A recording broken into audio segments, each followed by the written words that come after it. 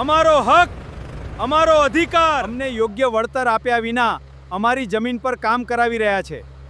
કંપનીનું કહેવું છે કે તમામ પ્રક્રિયા પૂર્ણ કરીને જ કામ કરવામાં આવી રહ્યું છે. આ પ્રોજેક્ટ વિકાસ માટે જરૂરી છે.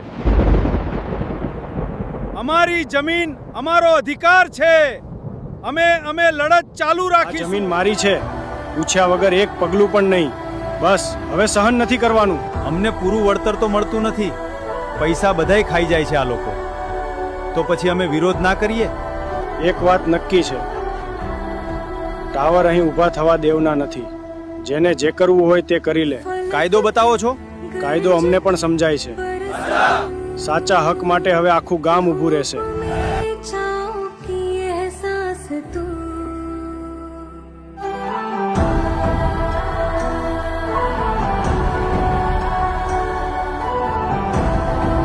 ચાલો મળીને રક્ષણ કરીએ.